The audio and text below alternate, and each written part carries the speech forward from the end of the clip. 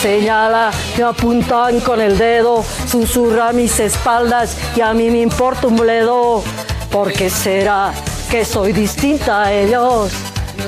No soy de nadie, no tengo dueña ni dueño. ¿A quién le importa lo que yo haga? ¿A quién le importa lo que yo haga? Buenas noches, hermanas, hermanos, compañeras y compañeras que nos están mirando todos los domingos a las 9:30 por Aviala de Televisión. Esta noche vamos a hablar de cosas también que tienen que ver con el cuerpo, el placer, que es político. Nos está acompañando Rosario Aquín. Gracias por venir, Rosario Aquín. ¿Quién es la Rosario Aquín? Gracias por estar en este set. Gracias, Julieta. Buenos días, buenas noches a toda la amable audiencia. Yo soy escritora, soy poeta, soy ensayista, soy una mujer riberalteña de las orillas del río Beni, de la Barranca Colorada, y también soy activista por las reivindicaciones de todas aquellos y aquellas víctimas de la colonialidad. Una cambita nos está visitando ahora. Qué lindo, bien. La Leni. A ver, Leni. ¿Quién es la Leni? Un poco ya la conocen a la Leni, está en otro programa.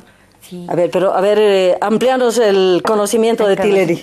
Bueno, pues había comentado, no, primero, gracias por invitarme a ti las gracias, compa, a ti las programas, gracias. ¿no? Para difundir ciertos aspectos, ciertos conocimientos que es necesario, bueno, pues que la sociedad y la colectividad conozca.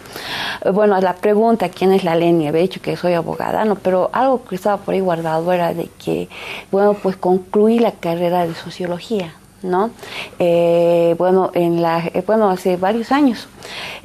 También soy en proceso de conclusión ya en defensa de tesis de la carrera de Ciencias Políticas de la UNSA, ¿no? Y harto estudias, che. Actualmente, bueno, pues también en la fase de defensa de tesis de las maestrías, ¿no? Gracias, hermana. A ver, nuestra compañera aquí, Huasquiri, como decíamos, ¿no? A ver, esta noche vamos a hablar de esta forma como una sociedad limitada por todo ese disciplinamiento, esa cultura del control, de negar los placeres, de negarse a discutirlos y que por abajito de pronto sale, a veces cuando uno se farrea, ahí vemos, ¿no? Todo la explosión, digamos, y que sin embargo forma parte de la vida cotidiana, forma parte de lo que es las formas de enfrentar los poderes, las formas de enfrentar políticamente el placer, la sexualidad, los cuerpos, el significado de los cuerpos. A propósito de esto, vamos a usar un motivo de discusión que es la ley de identidad de género, y vamos a intentar aquí, como siempre lo hacemos, es parte de este programa, vamos a intentar dar elementos para la reflexión. Siempre decimos, nosotros no tenemos la verdad, tenemos opinión, es un programa de opinión y además un programa que pretende aportar con reflexiones para que ustedes que están mirándonos en su casa o en la calle o en el restaurante, nos pueda, o en la pensión, nos pueda devolver también a través del Facebook sus opiniones. A ver, hermanas, compañeras, ¿qué es vivir en una sociedad de derechos? Las leyes, derechos. ¿Qué sociedad vivimos? Leni, vos que eres la Huasquiri, y después nosotros las que manejamos la parte práctica, digamos, hermana. A ver. Bueno, pues ser sujeto de derechos dentro de un Estado, ¿no? Que se llama a sí mismo de Estado de Derecho, bueno, significa de que el individuo, la persona, bueno, pues vive en un contexto de seguridades y de garantías, ¿no? En los aspectos de su vida. Así, cuando uno nace tiene la seguridad de que su vida está protegida, ¿no? Cuando va creciendo que su desarrollo, que su desarrollo de la personalidad está garantizada, inclusive de los maltratos de su mismo padre, digamos, en casos de violencias, ¿no? Dime. Doctora, o sea, cuando uno nace, eso es lo que decía mi abuelita, todas las bobitas nacen con la marraqueta bajo el brazo, ¿eso quiere decir? supuestamente. Todo, en derecho, todo, bueno, pues toda persona, inclusive desde su concepción, ya tiene derechos, ¿no? ¿Desde su concepción? Sí. No, pero si es un huevo, ¿no? O sea, el código, bueno, ahí vamos a discutir. Claro, el Código Civil establece, bueno, pues que para todo lo que le sea favorable al concebido se lo tiene por nacido. Entonces, cuando una persona ya nace, es titular de derechos, ¿no? Y los derechos le acompañan durante toda su vida. Ahora, bueno, y tiene la garantía, además, como persona, que las autoridades que le circundan, ¿no? Autoridades políticas, autoridades públicas, policía, ministerios, respeten esos derechos, ¿no? O que actúen en base a las limitaciones, ¿no? A las limitaciones establecidas en la Constitución y otras leyes para que no se violen esos derechos. Entonces, eso es vivir un estado de derecho. Supuestamente es un estado de seguridad, de garantías, donde cada quien conoce cuáles son sus sus límites, donde cada quien conoce cuáles son sus prerrogativas, ¿no? Y cómo defiende esas prerrogativas dentro de la sociedad. Entonces, vivir en un estado de derecho supuestamente es vivir en el estado culmine de la civilización, ¿no? Donde supuestamente, ¿no? Es vivir contrariando, digamos, aquella forma de convivencia donde la gente vivía en hordas, se mataban entre sí, robaban, ¿no? Vivir en un estado de derecho es que todo, bueno, como persona está garantizada su identidad, su personalidad y el goce de sus ejercicios entre particulares y entre autoridades. Eso significa vivir en estado de derecho. Ya, eso es lo que dice, ¿no ves? Sí, esa es la teoría. Es la teoría. Ahora, Rosario, las gentes comunes y mortales, a ver, eso lo vivimos así, es decir, ¿por qué? Primero, ¿por qué suponemos que en las cavernas se mataban, ¿no? ¿Por qué suponemos? Uno.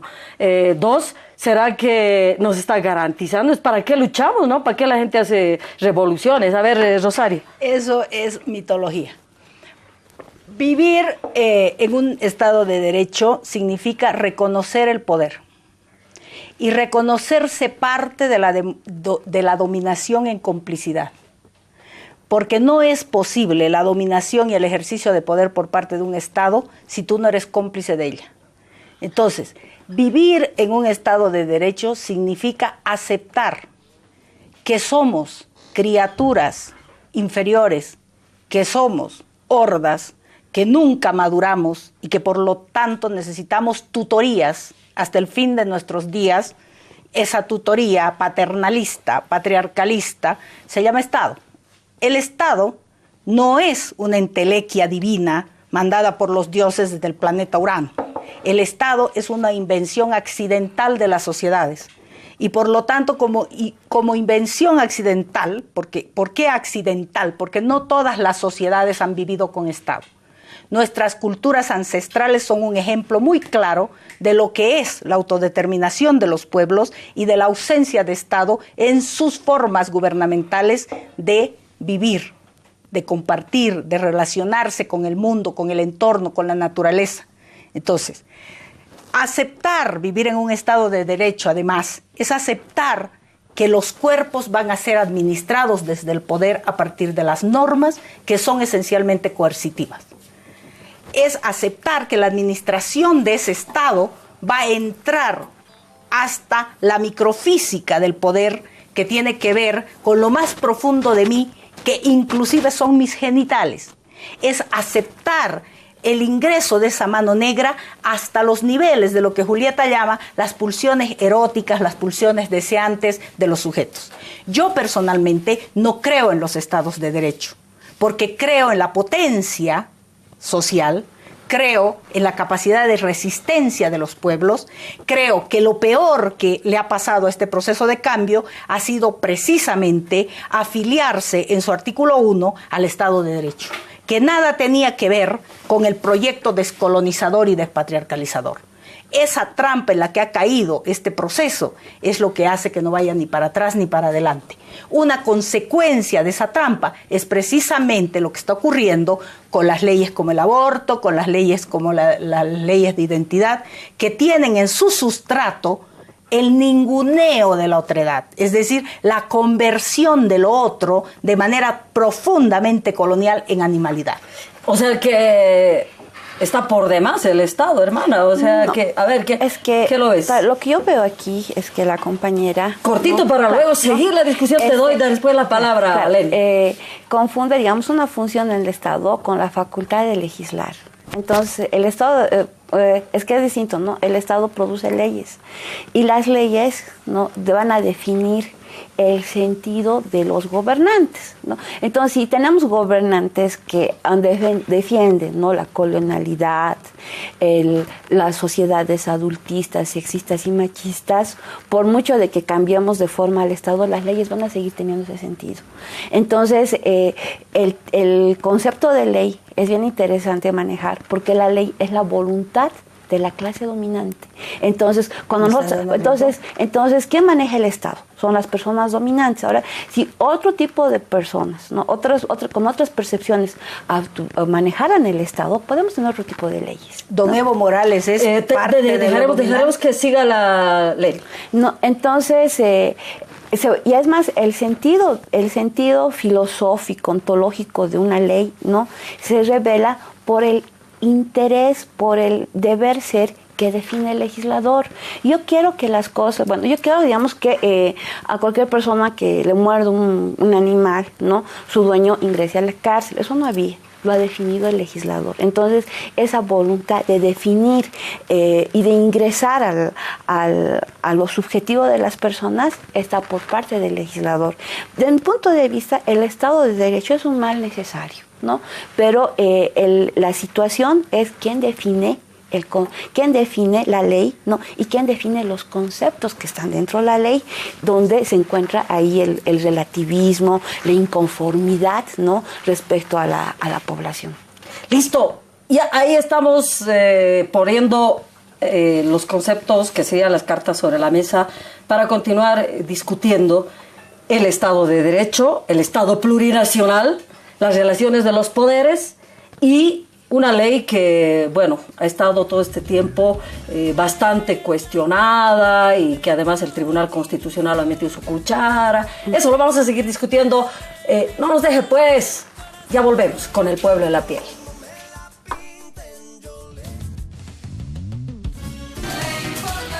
Eso es lo que estamos hablando, discutiendo. A ver, ¿a quién le importa? ¿Es el capricho individual? ¿Es el capricho personal?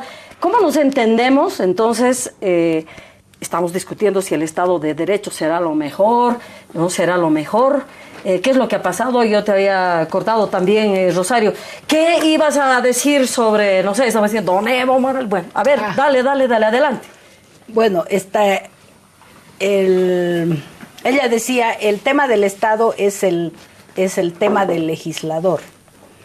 ¿Quién es el legislador? El legislador es otro ser humano.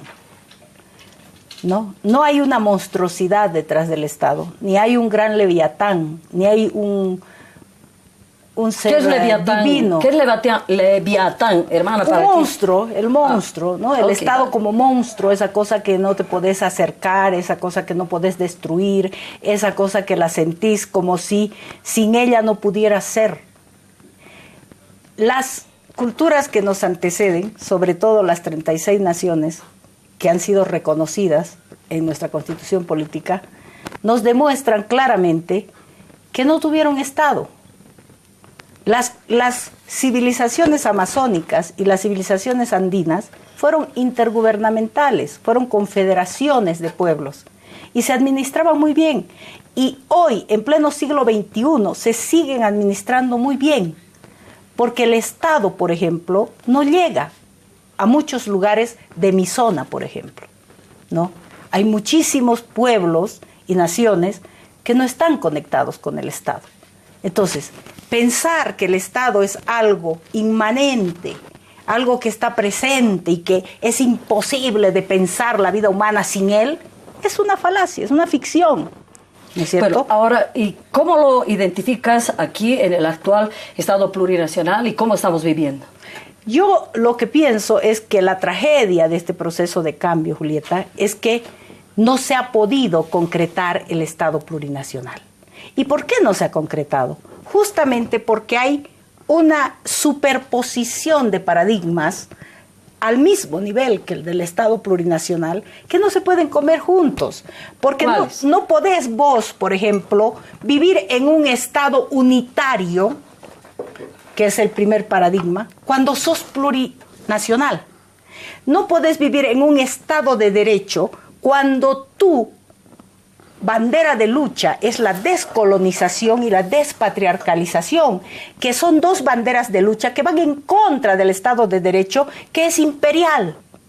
No podés... Perdón, a ver, ¿qué estás entendiendo por derecho? Por Estado de Derecho. Es lo que ella ha expresado. Pero ¿no? ¿por qué estaría en contraposición para poder vivir, digamos, en una convivencia plurinacional? ¿Por qué se contrapondría? Porque el Estado... Porque te lo pongo así, hermana, ¿no? Para que nos entendamos. Tú dices, nuestras 36 nacionalidades vivían sin Estado. Yo me voy a permitir discrepar contigo, pero no es así, porque el Icario sí era un Estado del poder. Porque el Estado de Derecho burgués, 1789, es uno. El Estado de Derecho feudal es otro. Aquí llega unido a través de la colonia el Estado feudal y luego se une al Estado burgués y bueno, se funda la República. Pero el previamente... El Estado de Derecho es una construcción... El Estado, no, pero estamos hablando... Por eso quisiera que separemos, hermano. Una cosa es el Estado de Derecho, que corresponde al Estado burgués, que tiene sus orígenes, inclusive no solo la Roma, como se llama la Grecia, sino también el Estado del poder, que es lo que para mí es más importante discutir. El Estado de poder, llámese de derecho, llámese Estado feudal, o sea, llámese lo que se llame incario, el incario, yo ahí te discuto, era un estado de poder de una casta, de un grupo de castas. ¿Era lo mismo que el Estado de Derecho? ¿Era lo mismo que el Estado feudal? No, era nuestra propia producción de estado de poder precolonial o antes de 1492. Entonces yo creo que ahí es lo que tenemos que ubicar. Cuando estamos hablando de Estado de Derecho, para mí, estamos hablando a partir de la Revolución Francesa, de los estados de república, los derechos burgueses, los derechos ciudadanos, planteados a partir de 1789. Estamos de acuerdo. Pero el Estado es una construcción moderna. Ya. Bueno, tal como Estado lo conocemos de derecho, actualmente. El Estado de Derecho. El Estado de Derecho. El Estado de poder es mucho más antiguo. Todos los estados son ejercicios de poder. Todos los estados son concreciones del monopolio del poder a partir de la fuerza y a partir de la ley, en este caso. El problema no es ese, para mí. El problema es quién otorga los derechos. En el Estado de Derecho, ¿no ve? En una constitución como la nuestra, que no se piensa, por lo menos esa fue la bandera con la que Evo Morales llegó al poder, que no se piensa desde el derecho, sino que se piensa desde el reconocimiento de naciones preexistentes a la colonia, es decir, naciones a las que se les vulneró lo fundamental en una guerra que fue la conquista. Entonces, en ese contexto, no es viable, no es posible la intervención de estos paradigmas, porque son excluyentes. No se puede ser unitario si eres plurinacional. No se puede defender los derechos del rey si tú estás a favor de las naciones que las estás reconociendo como dueñas de estos territorios ancestrales. No se puede pelear contra sistemas colaterales de los estados de derecho que son profundamente patriarcales cuando tú estás peleando por la despatriarcalización de las mujeres y de todo cuerpo feminizado precisamente en este proceso de guerra de colonia. Se contrapone, Leni, entonces el Estado de Derecho con el Estado plurinacional que ahora es el que vivimos. Lo que yo ¿Cómo podríamos transitar? O sea, de la noche a la mañana, ¡chin! Ya no es de derecho, ¡chin! Ahora es plurinacional. Lo que yo veo aquí es que la compañera tiene conceptos, ¿no? Que maneja no actualizados, ¿no? Por ejemplo, el Estado unitario se maneja no contrapone a lo plurinacional, ¿Por qué? Porque se va a llamar Estado unitario en contraposición a los estados federales.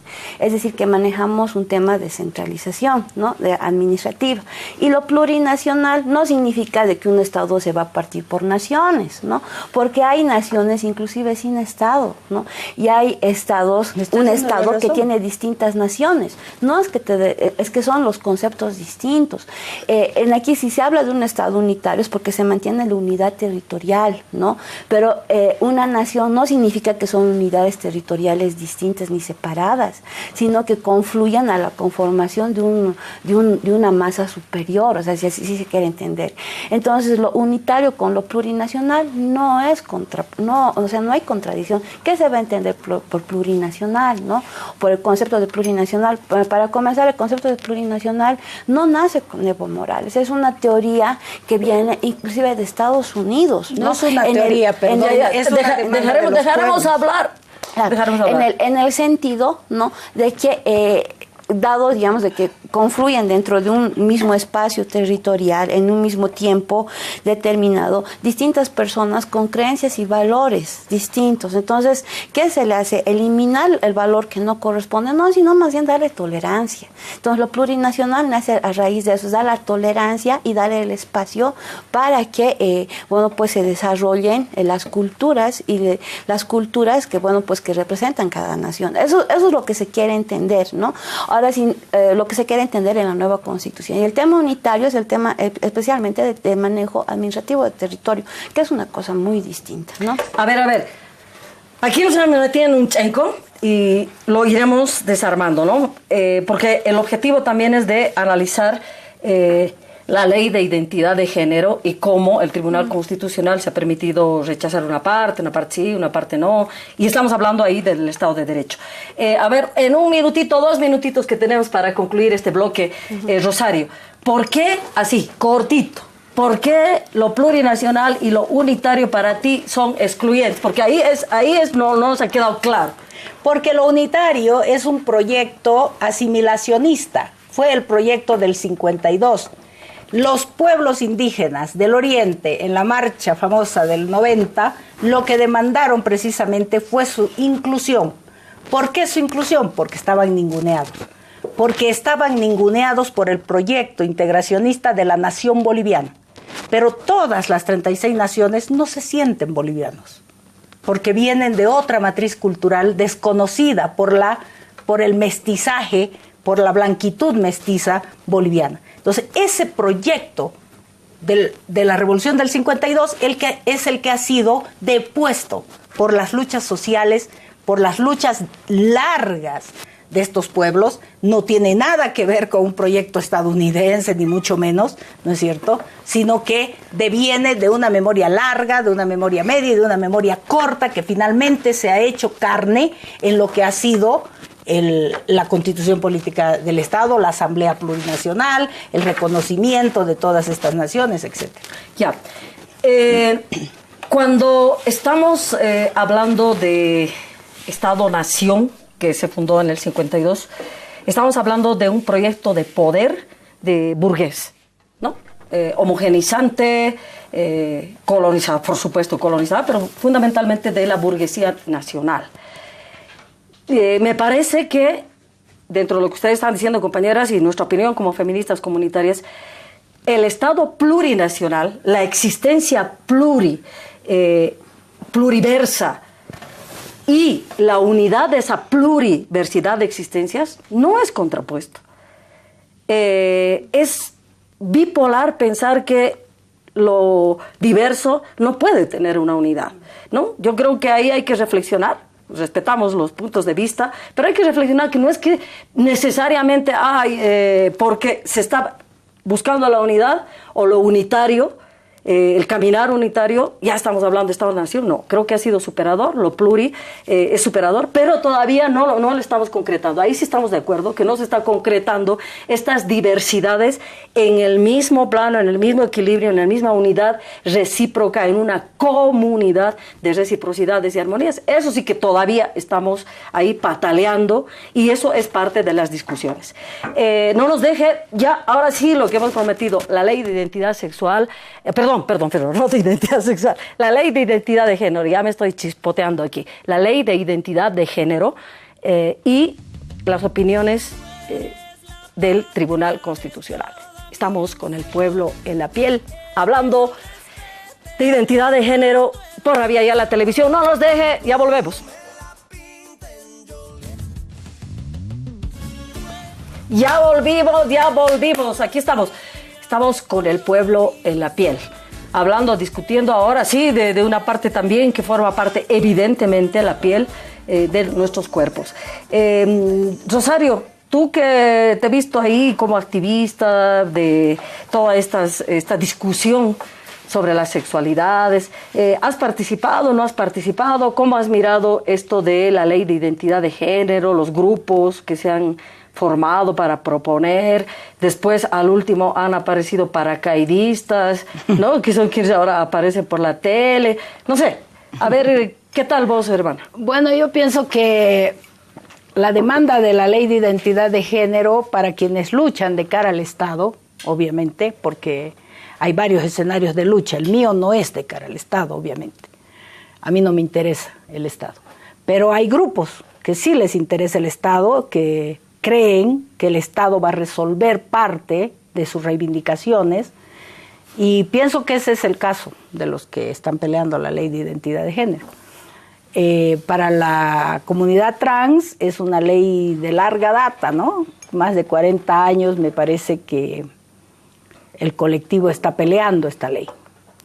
Y como es previsible suponer en los estados de corte colonial, reproductores de la colonialidad como es el nuestro, obviamente se hace demandar a lo no humano su condición de humanidad.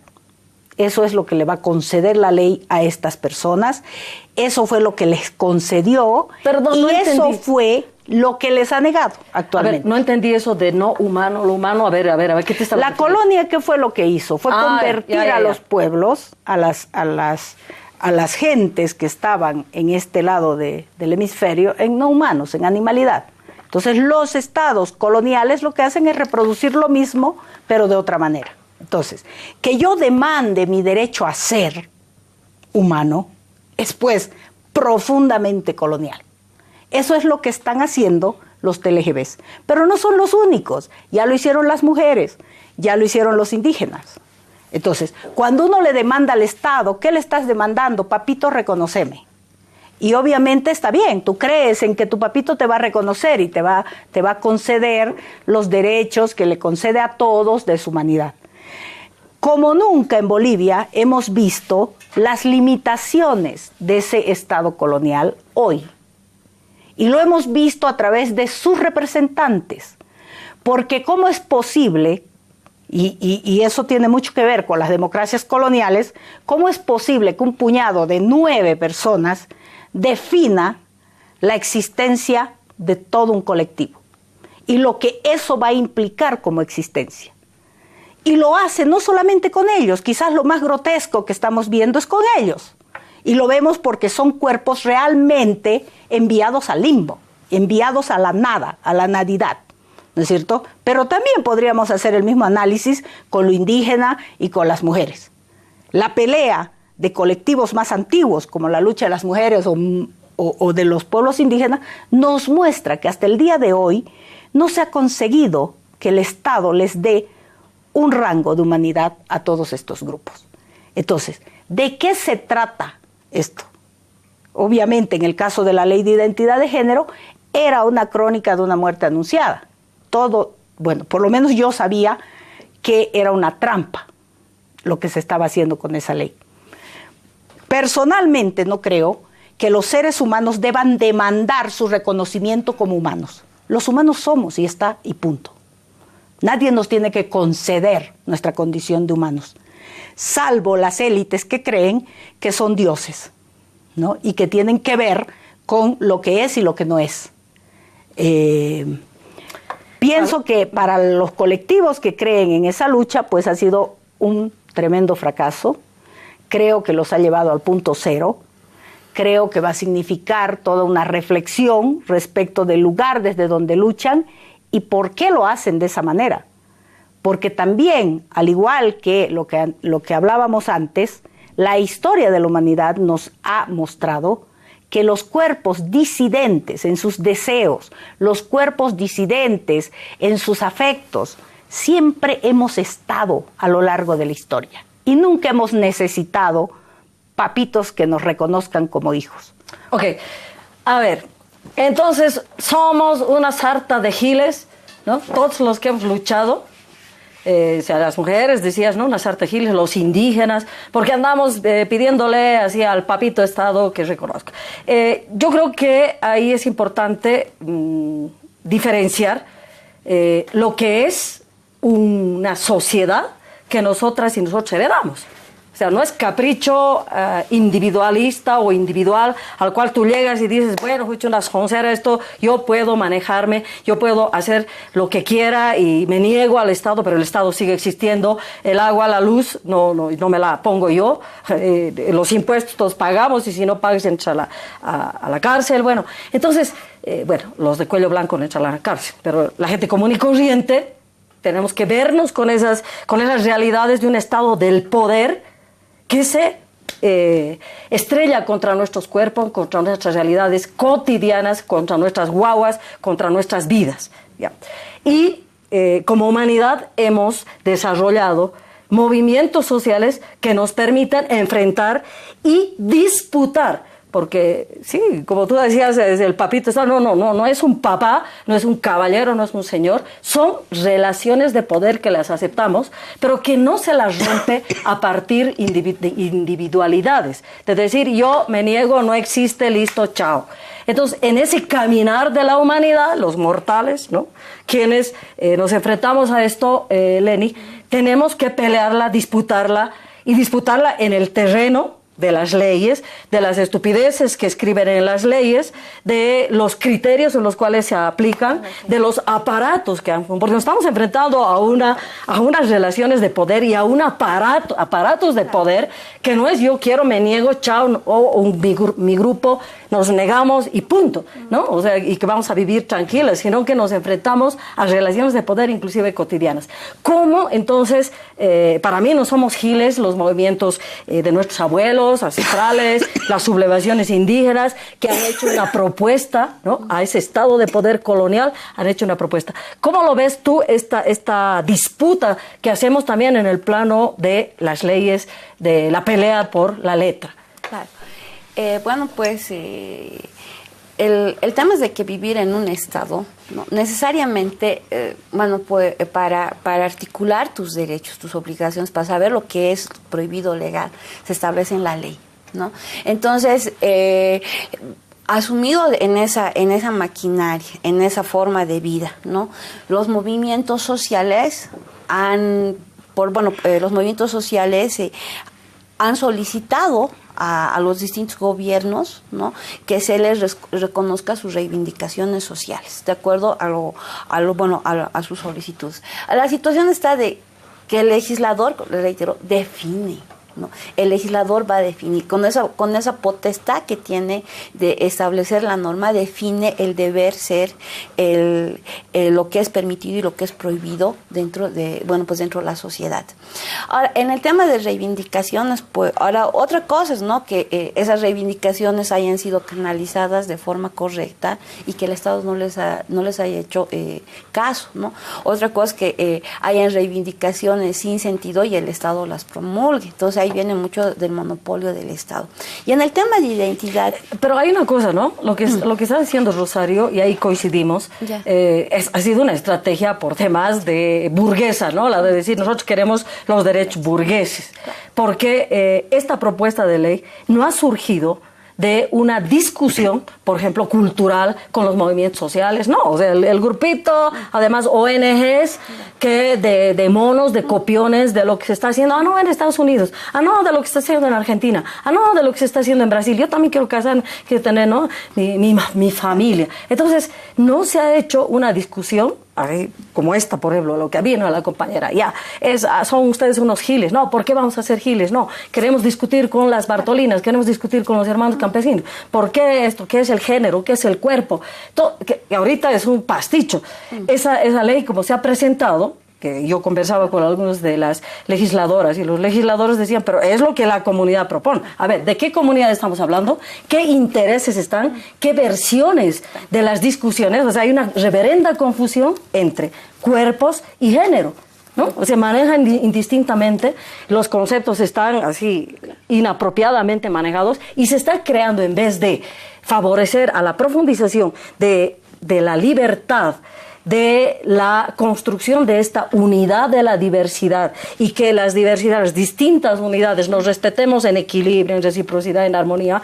No, pues aquí se está aceptando el modelo de familia burguesa, el modelo de familia blanca, burguesa, que es la que está imperando, y quiero ser igualitos que ellos. Entonces, en eso sí coincidimos con la compañera, ¿no? En eso sí coincidimos, ¿no? Pero... yo coincido. No, y eso también tiene, bueno, en cierta parte tiene razón, porque se están reproduciendo, o sea, no, las reivindicaciones están ingresando dentro la permisibilidad, digamos, que establece la norma. Modelo. ¿no? Dentro del modelo. Entonces, ahí hay un bloque.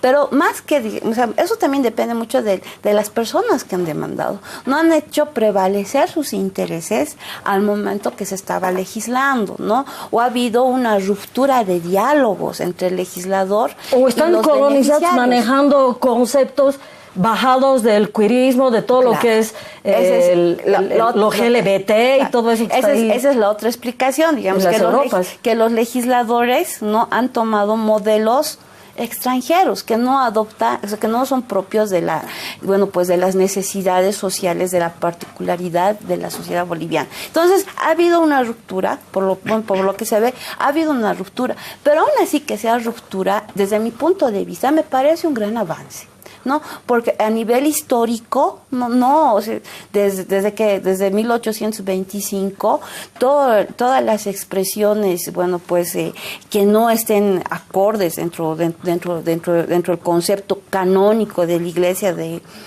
identidad y género eran proscritas, perseguidas, ¿no? El hecho de que ha salido esta ley sí es un pequeño avance, aunque no es el perfecto, ¿no? Tal vez puede ser perfectible en el tiempo, pero aunque ya no sea operativo, salió como un hecho histórico, ¿sí? ¿No? Claro, lo que decía, ¿no?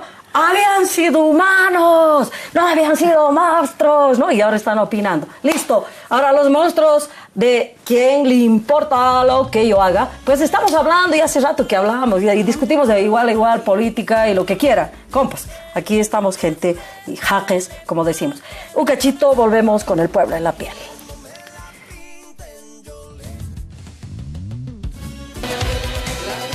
Me señala, me apunta con el dedo. Aquí estamos, una lesbiana feminista comunitaria. Y desde hace rato, las lesbianas hemos salido en los años 90, y voy a decir su nombre, con María Galindo, hemos salido, hemos dado lucha y nunca hemos pedido, por favor, déjenos casarnos, déjenos besarnos. No, lo hemos hecho y hemos salido y hemos sido lesbianas las que hemos puesto aquí en esta sociedad en vilo, y no hemos esperado tener ONGs, no hemos esperado financiamientos de USAID, y eso les recuerdo a los gays y a los LGBs, todos los que andan por ahí, para recordar en la memoria. A ver, vamos ahí aportando a nuestras hermanas y a nuestros hermanos que nos están escuchando, ¿no? ¿Quién quiere tomar la palabra? Vamos dando más elementos, porque es un tema que hay que continuarlo discutiendo, ¿no? Hay que generar también un espacio de clarificación, digamos así, porque aquí, ¿de qué está discutiendo? ¿Qué es el género, el sexo, la sexualidad, los cuerpos, la cultura? ¿Qué es un trans? ¿Qué es un intersexual? Pues tenemos un reverendo pasticho. Hoy no vamos a hacer con chubis esto, quién es una lesbiana, quién es un gay, quién es un transgénero, otra vez. Bueno, eso es un chorizo grande, eso lo vamos a hacer en otra oportunidad.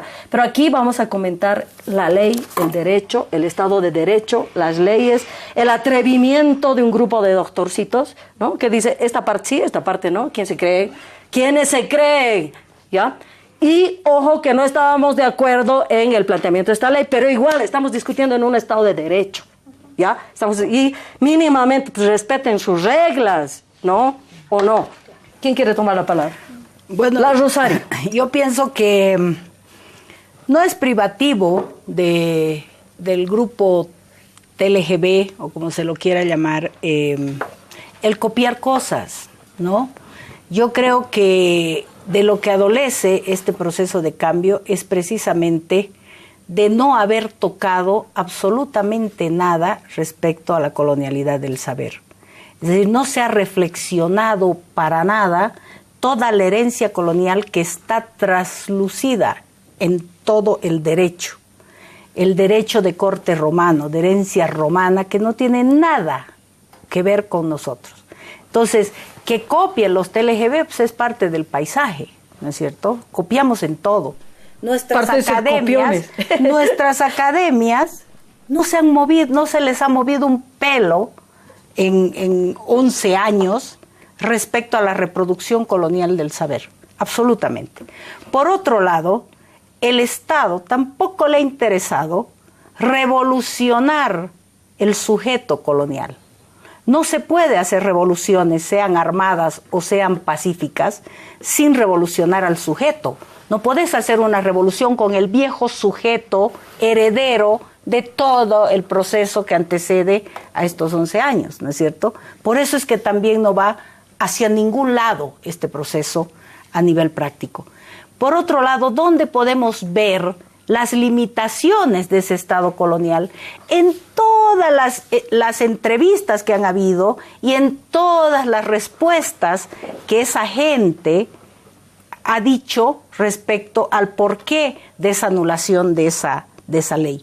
Esas respuestas son respuestas que muy bien estarían en el siglo XII, en el oscurantismo en su apogeo mayor, ¿no es cierto?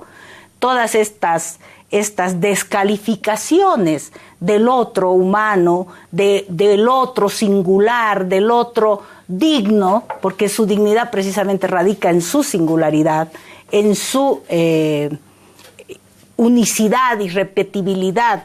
Entonces, las cosas que se han dicho de estas personas, las cosas que se dicen de todos nosotros, simplemente porque hemos decidido amar, romper, transgredir, etcétera, poco menos el oscurantismo medieval, ¿no es cierto? Entonces, ahí ya te das cuenta en qué escenario se mueve la realidad boliviana y desde dónde se está construyendo toda esta descalificación de una lucha que tiene su fundamento en personas que creen realmente en esta cosa llamada Estado.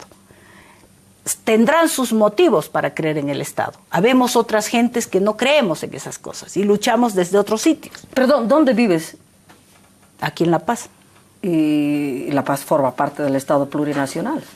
No, yo sé, pero me refiero a las luchas de cara a este Estado colonial que permite. ¿Por qué es un Estado colonial? ¿Por qué no es el Estado plurinacional? Porque permite, pues, esto que está ocurriendo. Permite. Porque ¿qué es el Tribunal Constitucional? Sino una parte de ese Estado. O sea, no vamos aquí a pensar que el Tribunal Constitucional está al margen de la estructura del Estado, ¿no es cierto? Esto es una correa. Es una correa. Y si se está dando de la manera que se está dando, sabemos voceros de qué intereses son estos señores del Tribunal Constitucional. Sabemos ¿de quién son? A qué proyectos obedecen. Obviamente sabemos que están las iglesias recalcitrantes y fundamentalistas detrás de todo este movimiento, ¿no? Tampoco somos ingenuos, digamos, de que estos señores del Tribunal Constitucional son en realidad ventrílocos. Yo estoy casi segura de que ninguno de ellos tiene idea de cuál es la demanda, quiénes son estos sujetos, quiénes somos los que formamos parte de estos grupos, desde dónde transgredimos y qué, ¿no es cierto? Eso lo podemos ver claramente en las intervenciones que han hecho, en las intervenciones demandando la familia natural. Dime tú qué es natural en las construcciones culturales. ¿Qué es natural? No hay natural nada es parir guaguas por parte de las mujeres, ¿no? A ver, son así muñequitos ventrílocos, así, son los Muppets de los Muppets, a ver, los Muppets, y no sé si conoce la gente, los Muppets, los muñequitos que, no sé, la Iglesia Católica retrógrada y conservadora, más, porque la Iglesia Católica es mucho más grande, ¿no? Las iglesias. un poco, le están manejando? Un poco, lo que debe es ver los documentos, ¿no?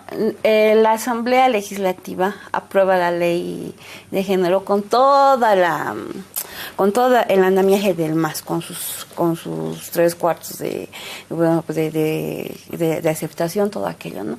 Pero la ley se promulga, se pone vigente en el tiempo.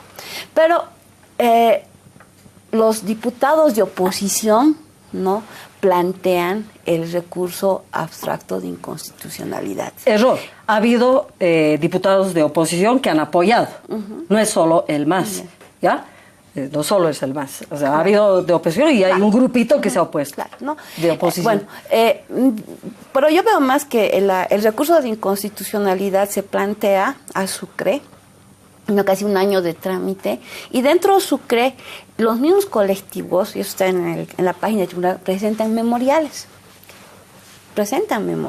¿no?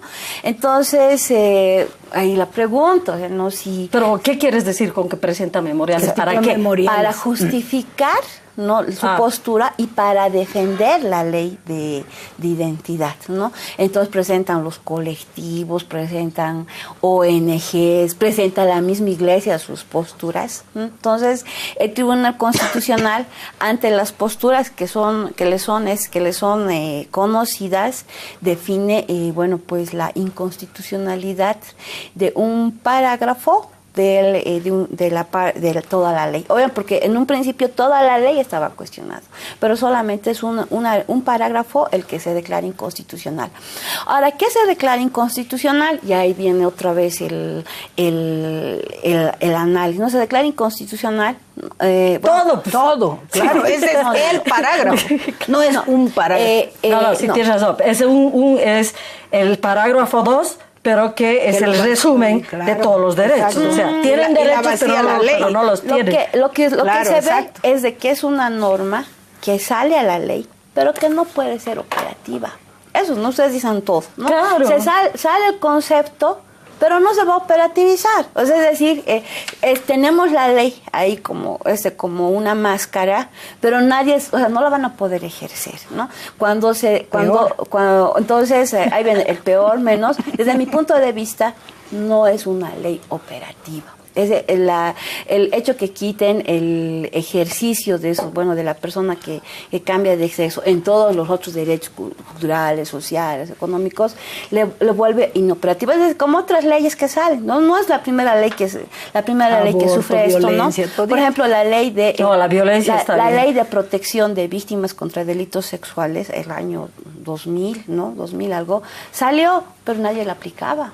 Entonces, ya viendo de que la ley se está aplicando, el Tribunal Constitucional reconoce el derecho, pero no hay cómo aplicar. Entonces, esa es la ruptura, ¿no? ¿Y eso qué significa? Que en el fondo el Estado no es Estado de derecho, ¿no? Sino es porque si todos tienen iguales condiciones, todos son iguales ante la ley, para ese grupo de personas que se amparaba en la ley transgénero, el Estado es distinto. Entonces ahí viene la ruptura epistemológica, que el Estado, o que los miembros del Tribunal Constitucional, ojo, no vamos a meter al gobierno de Bolivia, solamente los miembros se toman un camino distinto a la voluntad del legislador, ¿no? Y dejan de operativizar un derecho que reconoce. Entonces ahí yo veo una ruptura, no dentro de los órganos estatales. Yo dudo que el legislador no se vamos a seguir discutiendo, porque aquí han escuchado, tenemos diferentes opiniones, diferentes formas